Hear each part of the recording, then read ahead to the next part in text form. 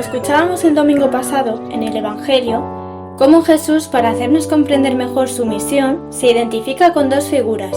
Por un lado, se nos presenta como el buen pastor, este buen pastor que conoce a cada una de sus ovejas y las ama, y por eso las ovejas le siguen, se fían de él, porque las conduce a verdes pastos. Jesús es el buen pastor que da la vida por sus ovejas. Por otro lado, se presentaba como la puerta. Yo soy la puerta, el que entra por mí se salvará. Estas dos comparaciones introducen el tema de hoy, el sacramento del orden sacerdotal, o también llamado el sacerdocio, porque el ser el buen pastor o ser la puerta de las ovejas significa decir: yo soy el sacerdote, el sumo y eterno sacerdote, el que entre por mí se salvará.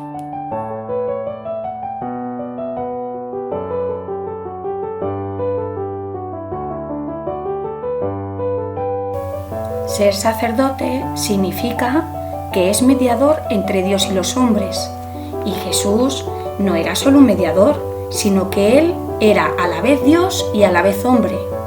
Es Dios porque es la segunda persona de la Trinidad, el Hijo eterno del Padre, que se quiere hacer hombre y se encarna en el seno de la Virgen para podernos salvar de los pecados. Mirad, por eso decimos que Jesús es el sumo y eterno sacerdote. Qué bonito saber que Jesús es la puerta a través de la cual Dios quiere salir a nuestro encuentro. Pero que no se nos olvide que también es la puerta que nosotros tenemos que atravesar para encontrarnos con Dios. Cuando Jesús estaba en la última cena con los apóstoles, nos dejó un gran regalo, que es el regalo del sacramento de la Eucaristía. Pero fijaros, no se conformó solo con eso, sino que además nos deja el sacramento del sacerdocio. De tal manera que los apóstoles son como una extensión del mismo y son capaces, en el nombre de Jesús, de poder pastorear a la Iglesia, de poderla guiar con sus enseñanzas y de alimentarla con la palabra de Dios y con la Eucaristía. Además, les entregó a los apóstoles lo que se conoce como la plenitud del sacerdocio, de tal manera que les da el poder de perdonar los pecados, de poder consagrar un trocito de pan y el vino y transformarlo en el cuerpo y la sangre de Jesús. Y además le deja los sacramentos y les da la liturgia, a través de la cual la Iglesia siempre se mantiene vigorosa hasta el final de los tiempos. También los apóstoles podían transmitir a otras personas esa plenitud sacerdotal y ordenaba a lo que conocemos como los obispos. Estos obispos, a su vez, ordenaron a otros obispos, y así ha ido ocurriendo a lo largo de los siglos hasta llegar a la actualidad. Esto se llama la sucesión apostólica, que significa que nuestro obispo fue consagrado a su vez por otro obispo, y este a su vez por otro, y este a su vez por otro, y así ha ido ocurriendo durante todos los siglos. Y si pudiésemos seguir esa línea que no se interrumpe en el tiempo, llegaríamos hasta uno de los apóstoles, que posiblemente sería el apóstol Santiago, que es el que sembró la fe en España. De entre todos los apóstoles, eligió a Pedro, sucesor de Jesús, vicario de Cristo en la tierra. Petrus fue el primer papa. Jesús entregó a los apóstoles la plenitud del sacerdocio, y así sucesivamente a través del orden sacerdotal fue prolongando sus poderes. Por eso los sacerdotes pueden consagrar y darnos a Jesús, pueden perdonar los pecados.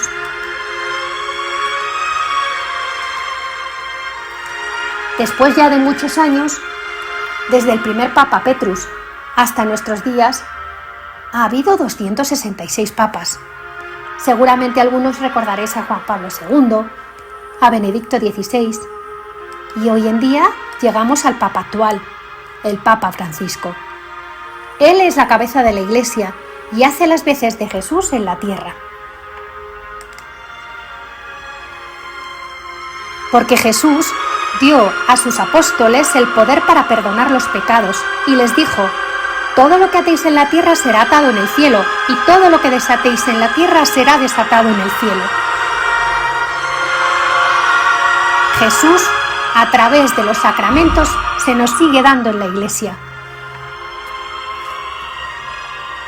Los obispos siguen con la misión de Jesús, y ellos, ayudándonos, pastoreando la Iglesia, nos ayudan a santificarnos como hijos de ella.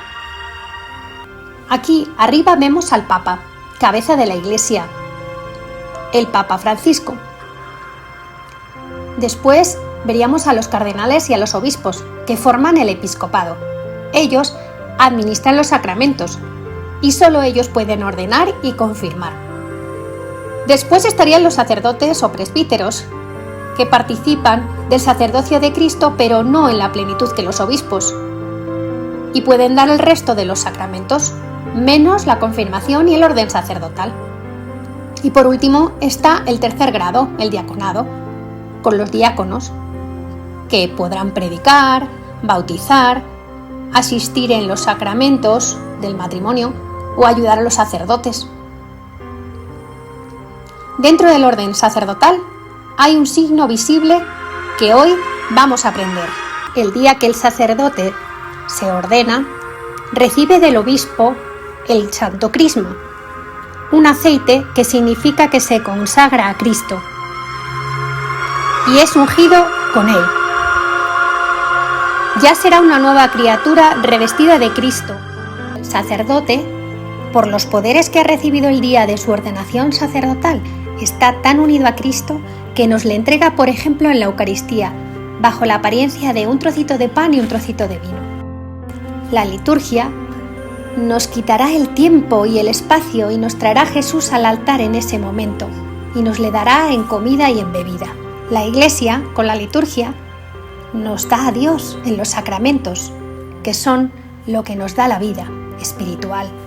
Igual que por María nos llega Jesús, todo en la Iglesia se nos da a través de María. María participa del sacerdocio de Cristo con los sacerdotes, ya que recibe al mismo Verbo encarnado, la segunda persona de la Santísima Trinidad. Y toda su plenitud sacerdotal se llama en ella maternidad divina, porque es la Madre de Dios, la que nos da Jesús, y ella deposita toda su maternidad en la Iglesia.